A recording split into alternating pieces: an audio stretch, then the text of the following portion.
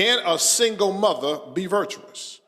What about a woman without a husband and children? Can she be virtuous too? The answer to these and other looming questions is what? An absolute yes. Why? I want to focus on our attention on the character and attributes of a virtuous woman today. She possesses a tridimensional, powerful love ethic motif that impacts the lives of those she is connected with. Plus, she has a pulsating outlook on life. Do I have any witnesses here in the minute? Let us consider her loving heart, her loving hand, her loving hands, her loving head, her loving heart, her loving hands, and her pulsating outlook on life. Let's consider her hope.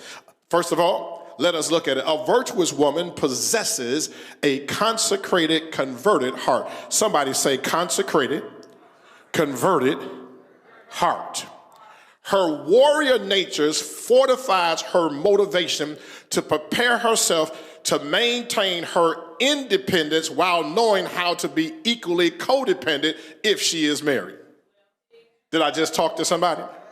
She, in other words, can I put it in our vernacular? She knows how to take care of herself independently and knows how to get along with a man if she chooses to be married. I wish I had somebody helping me here. In other words, her heart is pure. She loves without hesitation or procrastination. Her heart is set aflame for the welfare of those whom she loves and cares for. In other words, she doesn't have to have a husband or children to be virtuous if her heart has been consecrated with love that she has already on the inside. Not only that, her heart maintains its ability to remain wholesome and healthy. She never harbors resentment or grudges. Here is why. Because resentment and grudges doesn't allow her to flow in her natural habitat as a woman of virtue. Why? Because grudges and resentment doesn't allow you to receive forgiveness or give forgiveness. So that's why many people who could be winning women who could be virtuous are frustrated because they're still holding on to stuff they should have let go a long time ago. Nobody wants to talk to me, but I feel like preaching today. Not only that, she maintains a healthy mindset. She just does not let anybody just tell her anything because gossip is also garbage. Here's what I've learned about gossip. The same people who bring it are the same people who will take it. If they bring it and take it, that means they're called messy folk. Only messy folk bring mess to you because they want to bring you some mess so they can take some mess somewhere else. Now, there's a difference between telling the truth and being messy. Some stuff has to be told the truth because guess what? Some people are just messy and they just can't help themselves. Not only is a virtuous woman has a consecrated heart, but a virtuous woman possesses a renovated, renewed head. Her strategic viewpoints are carefully calculated in the crucible of her mind. She thinks before she speaks. She looks critically at the situation, and with her analytical gifts, she's able to look and, let me throw this in here, discern whether or not somebody is telling the truth or whether or not she should get involved in it. Nobody want to talk to me, but it's all right. She thinks sacrificial for the sake of others. Every woman in here, whether your status is single, divorced, widow, or you did never want to be bothered with anybody, you have made sacrifices to help other people that they don't even know that you made the sacrifice. Some of y'all have given out of your own need to make other people's lives a little bit easier, and at least they could have said thank you. But somehow, some way, the sacrifices that you made for other people, God was able to replace what you gave away because you gave it with a heart of care and a heart of love. And everything that they thought they were getting over on you on, God has restored you and given you more than what you gave away. I wish I had somebody who remember that. Not only that, she is creative from her core and allows her own ingenuity to blossom. She does not allow other people to hinder her from being her best self. Virtuous woman has a renewed and renovated head. Why? Because she has been transformed by the renewing of her mind. She knows Scripture, she thinks Scripture, she lives Scripture, but then she also demonstrates Scripture. She does not allow herself to be bogged down with foolishness, even on social media and the TV.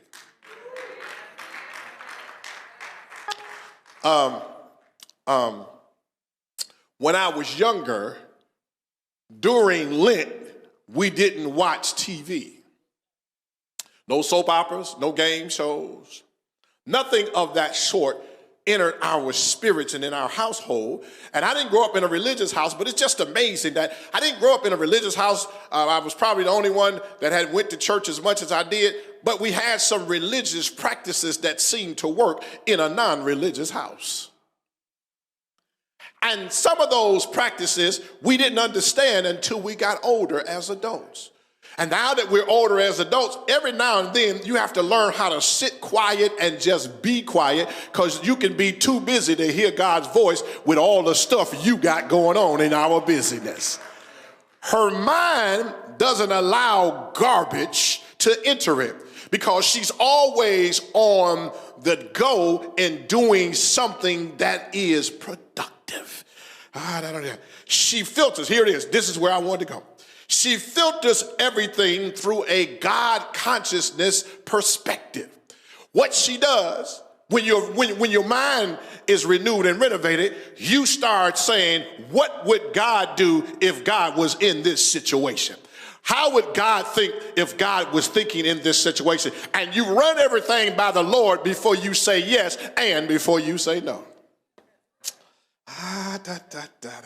I'm coming to get some of you sisters who never been married, don't want to be married, and that's good. Choose not to have children for whatever reason, whether it's medical or your own decision. Here it is right here.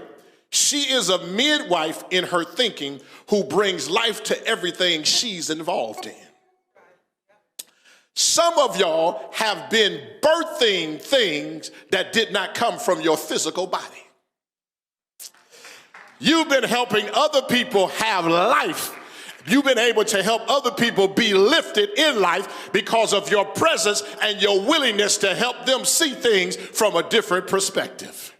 You know what a midwife is, don't you? A midwife is a woman who helps another woman go through the birthing process of being able to produce a new child.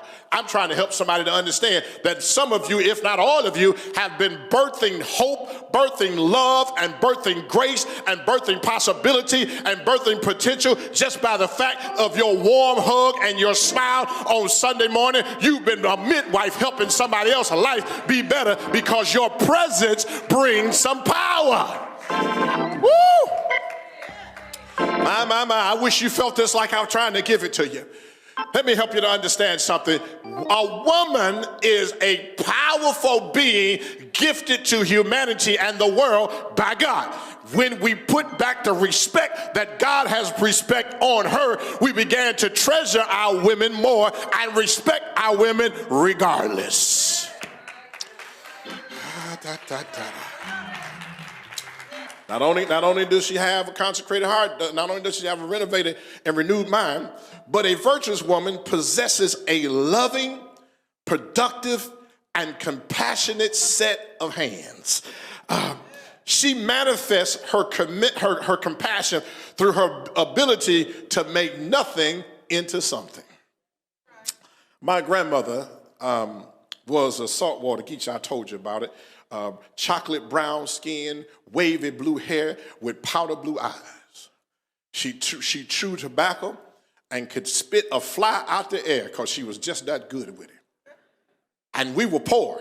And now when I say poor, pastor know what it's like to have to wait on an ADC check and look forward to food stamps. I know what that's powdered milk and government cheese and eating cornflakes without any sugar. The only way they became frosted flakes is that grandmama would sprinkle a little sugar on them and them flakes became frosted. I know what it's like to have half pet milk and 3/4 water in you and it's a little Karo syrup. And even when we didn't have any Karo syrup, some kind of way grandmama know how to make that thing sweet with a little honey. So I know what it's like to borrow somebody's clothes, to wear patches on your clothes. But grandmama could go in the kitchen and look like it was nothing in the kitchen. And at the end of the day, we had fried chicken, we had greens, we had fried corn, and we had some Kool-Aid, and she makes some cornbread. And I don't know how grandmama went in there, because when we looked in the cabinets and looked in the refrigerator, we didn't see anything. But when grandmama put us out the kitchen and shut the door, because the kitchen used to have a door at 1344 Filler between East Jefferson and Kirchwood. When grandmama would shut the door, and when she finished cooking, she'd open up the door and say, y'all come on and eat. And we never figured out how grandmama did that. But let me tell you something,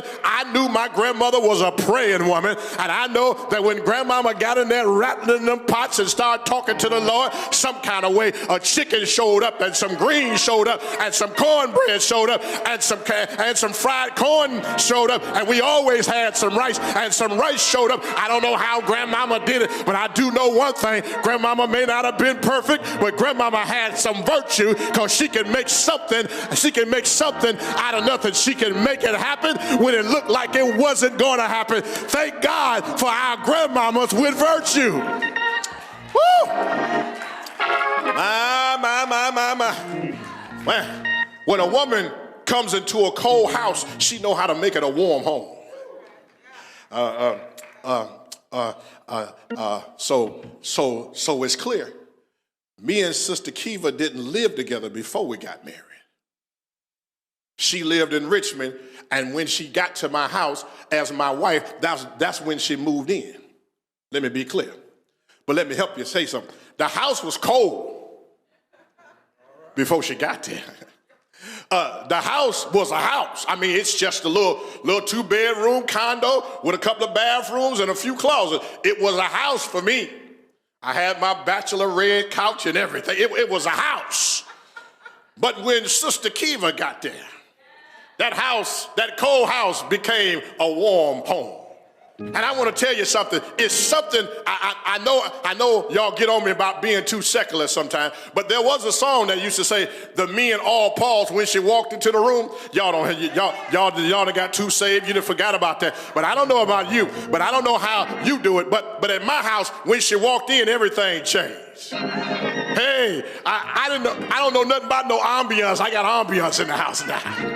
I didn't know nothing about all that other stuff that you're supposed to have, but I do know one thing: that old apartment where it was cold then became a cozy home now. Why? Because a woman can come in and change the atmosphere.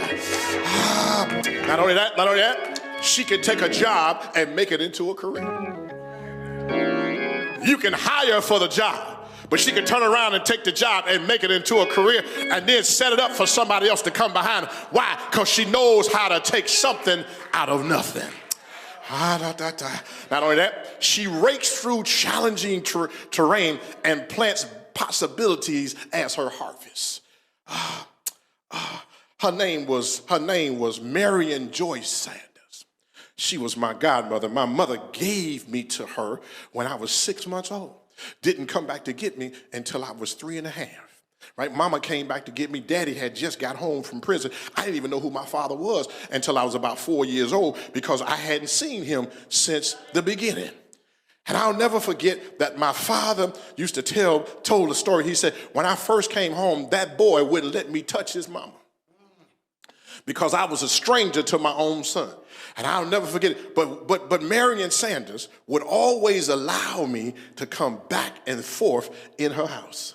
I would come over for 2 weeks. I'd go home for 2 weeks. I would go over her house because they went to church. I'd go back home because they were selling drugs. I went here, I went there. And even to the point that her name is Bridget Franklin. Y'all remember Bridget? She is C.L. Franklin's granddaughter. She had a picture of me with her cousin and I being held by her uncle that I never even knew that I stayed around the Franklins. Y'all trying to help yourself.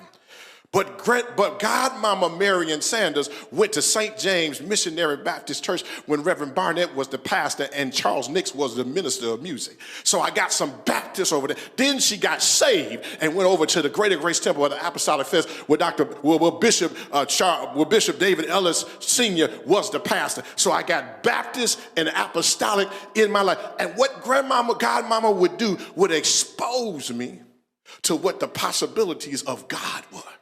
And regardless of what I had to go back to, somehow, some way, what Godmama exposed me to helped shield me in the environment to which I was in. I'm trying to help somebody. So what she was doing was she was planting possibilities in the heart of her godson, even though she knew he had to go back to some challenging terrain.